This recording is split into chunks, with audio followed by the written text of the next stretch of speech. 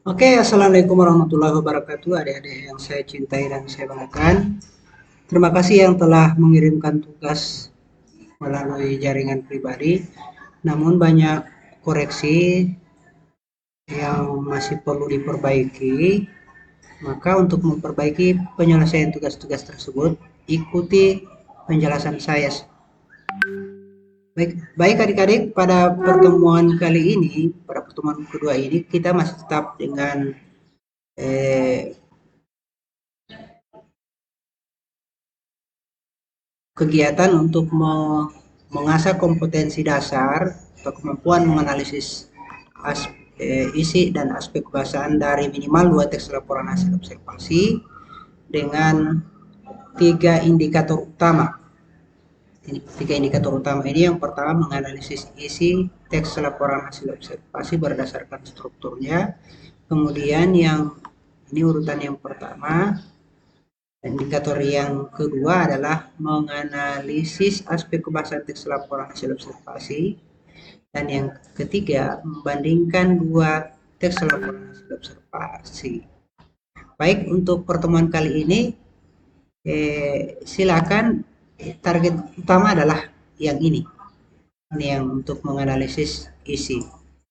Jika ada yang masih tembus ke menganalisis aspek kebahasaan, ataupun sampai membandingkan, silakan, tapi yang wajib hari ini adalah yang ini, yang pertama. Oke, baik, untuk saya jelaskan semuanya. Teknik mengasah kompetensi dasar ini diawali dengan, sengaja saya sajikan ini contoh, tolong disimak dengan baik. Contoh ini yang pertama, tugas menganalisis isi laporan teks laporan hasil observasi berdasarkan struktur. Ini contoh, saya sudah sajikan contoh. Ini contoh, sekali lagi ini adalah contoh. Kalian akan menganalisis 2 teks laporan hasil observasi. Ini teks 1. Teks 1 atau teks pertama ini yang berjudul mapa pengantin. Ini adalah contoh ya. Contoh yang harus diamati dengan baik, karena ketika tidak memahami ini maka pasti mengerjakan tugas juga tidak akan berjalan dengan baik. Oleh karena itu, sekali lagi cermati contoh ini. Contoh 2 teks yang pertama adalah mapak pengantin. Kemudian teks yang kedua adalah mengenal suku Baduy. Ingat, 2 teks sebagai contoh. Nanti ini akan diterapkan pada 2 teks sesuai tugas. Oke, teks yang pertama ini, teks yang kedua. Nah, berdasarkan hasil analisis isi berdasarkan struktur, ini cara mengerjakannya seperti ini. Ini format yang dijadikan rujukan atau acuan. Jadi mulai ada 3 struktur utama teks laporan hasil observasi. Ada berisi definisi umum atau pernyataan umum, definisi bagian atau deskripsi bagian, kemudian deskripsi manfaat. Terakhir ada 3 struktur utama. Ini struktur yang pertama ini adalah gambaran umum. Sesuai contoh ada 2 paragraf yang menggambarkan secara umum objek yang sedang dilaporkan oleh penulis. Nah, pada paragraf yang ketiga sudah masuk pada deskripsi bagian ini. Deskripsi bagian itu maksudnya di sini berisi teks laporan hasil observasi, kan disebut juga dengan teks klasifikasi ya. Nah, ini contoh. Jadi tidak mau membuat format yang lain ya, ini ikuti format contoh ini. Sampai deskripsi manfaat. Berapa jumlah paragraf?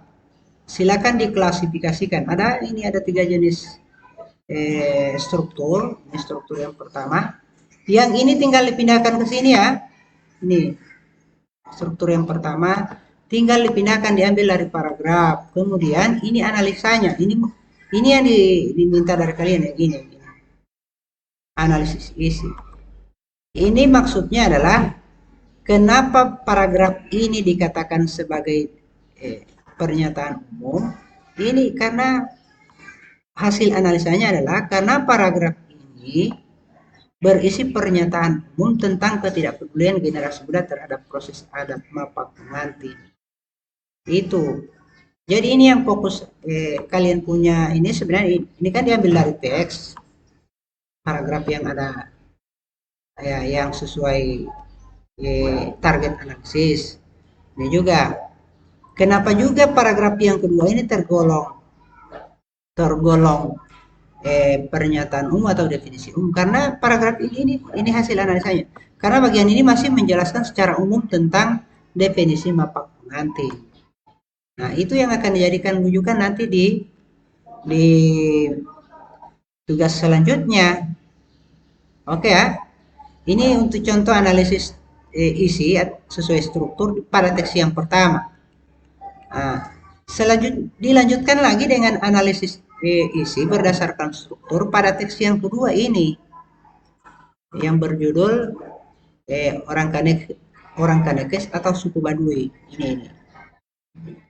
Ini definisi umum atau deskripsi umum. Kenapa paragraf ini kan diambil langsung dari paragraf dari teks? Karena ini karena bagian ini analisa ini yang diminta sama kalian. Yang ini di kolom analisis. Karena bagian ini berisi pengertian secara umum tentang suku Baduy. Oke, begitu juga deskripsi bagian.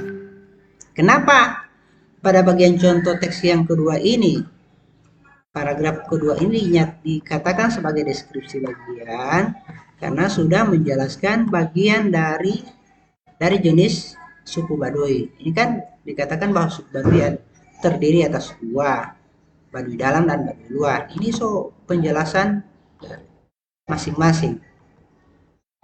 Ingat, deskripsi umum bisa jadi satu atau dua paragraf yang intinya masih menjelaskan secara umum.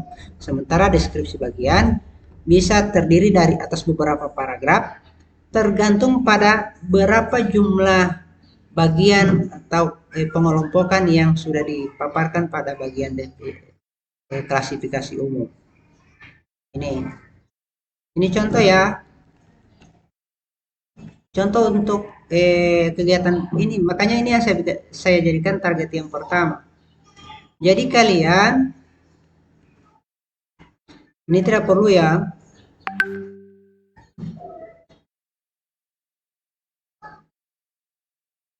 Ini tidak perlu. Ini sebenarnya hasil analisis akhir ya. Berdasarkan hasil analisis pada kedua teks ini, dianalisa apakah kedua teks tersebut lengkap sesuai strukturnya atau tidak.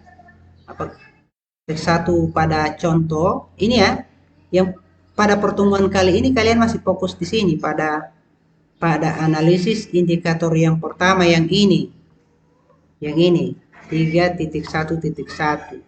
yang contohnya contoh formatnya adalah ini kan teks. Sekali lagi ini adalah contoh teks dan ini contoh kegiatan hasil analisis. Ini contoh hasil analisis. Ini tabel yang ini sampai di sini. Ini penyimpulan sampai di sini. Oke. Yang ini jangan dulu, kalau ini nanti pertemuan selanjutnya. Yang ini untuk aspek kebahasaan. Yang kalian analisis di bawah ini. Ini kan masih contoh teks analisis kaidah kebahasaan. Yang ini. Yang kalian kerjakan adalah format dua jenis teks ini susu sari kedelai dan susu beer brand yang ini. Nah, format tugasnya sama dengan di atas kolom sesuai contoh yang ini